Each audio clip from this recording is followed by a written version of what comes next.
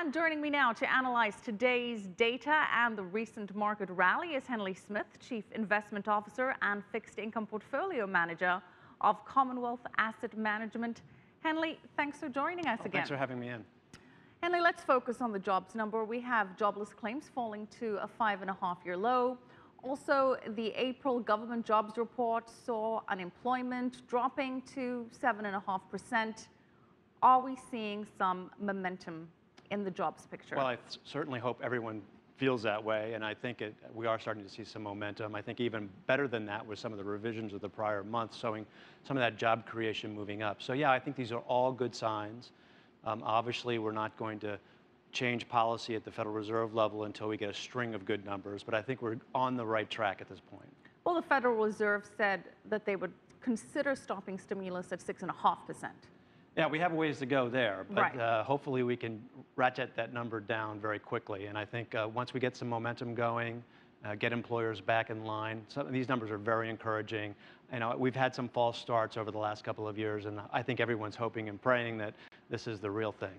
That number is encouraging, but many economists believe that the real indicator of the unemployment number is the so-called underemployment rate, which is the number of people that have just given up looking for jobs or that are part-time employed instead of full-time employed. And that number is almost at 14%. Yeah, and it's a real concern. I mean, I think the underemployment is something that people really don't focus on. We look at those headline numbers, Right. payroll numbers, the rate of unemployment. But I think this country is going through a transition, and I think the underemployment situation is something that we have to be concerned about. People that lost their jobs are getting jobs back, but at a lot lower rate and wages. So I think it's a concern and something we're going to have to work through over the next couple of years. What can be done by the government to boost this? Are they doing all they can? I mean, I think they're doing what they can. Our concern in the market is that maybe they're doing a little too much. You know, obviously we've been talking about quantitative easing for a number of years now. Are they putting too much stimulus into the market? How are they going to pull back on all those things? So yeah, I do think the government's doing what it can, but sometimes it seems to trip over itself, and it doesn't seem like it's doing anything. Well, with regards to the part-time unemployment rate, a lot of employers are discouraged from making employees full-time because of things like Obamacare. Absolutely. I mean, those are all these regulations. I think sometimes we feel as employers and that the pendulum, the regulation pendulum has swung too far. And I think that has been keeping people back. But if the demand starts to pick up, I think employers will look past that and start to gear up to do better things in the future. Now, the Fed has been, as you say, pumping a lot of stimulus into the economy. It's managed to get the housing recovery on track. But you think it's doing too much of an artificial boost for the markets? Yeah, I mean, we're definitely a manipulated market. I mean, there's no doubt about it. We have one big buyer out there monthly taking down $85 billion of U.S. Treasuries. So that has a real effect. So we can't get a real sense of where interest rates should be. I mean, I've been arguing over the last couple of years that the best thing that the Fed could do is let interest rates rise in here to a certain degree, not tremendously, but let them rise to show that they have confidence in what's going on in the economy. But that's going to be the real pickle as we go forward. How does the Fed take its foot off the gas pedal and let this QE start to wait up? Well, the QE has certainly done its bit to boost the S&P and the Dow. Both have broken records so far this year. Both are up 14% and 15% respectively.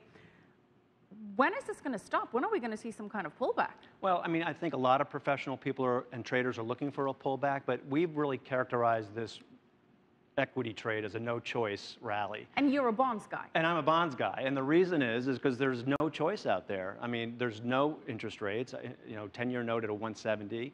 So I think you're seeing a real power of money coming into the stock market just because there's limited choices manufactured by the Federal Reserve Bank. And you think that an increase in rate will help get the bond market back up? Now, a lot of people aren't aware that the U.S. bond market is massively bigger than the U.S. stock market. Right, something's got to give. You can't have a Dow at 15,000 and a 10-year Treasury at 170. So we'll see what happens. I think they can manage it, but they don't have a very good track record of managing these end games. Other than the earnings numbers, what do you think is going to propel markets going forward? It's jobs. It's all about jobs. I mean, what we've been dealing with is again, as I said, is a wealth effect of future dollars, of people feeling better, confident that their 401ks are increasing in value. But those are future dollars, and we really need to have those current dollars come in, and the only way we can do that is to create jobs, put people back to work, and have that start to really fuel the economy. So do you think that the Fed is going to do an increase in rates anytime soon? No, I don't think so, but But you think they should? I do believe, I don't think that maybe they shouldn't engineer official rates higher, but they should let market rates rise a little bit, I think. Right. So, I mean, you've got two disconnects here. You've got official rates and market rates, and once the market senses that the Fed is about to stop its easing, watch out.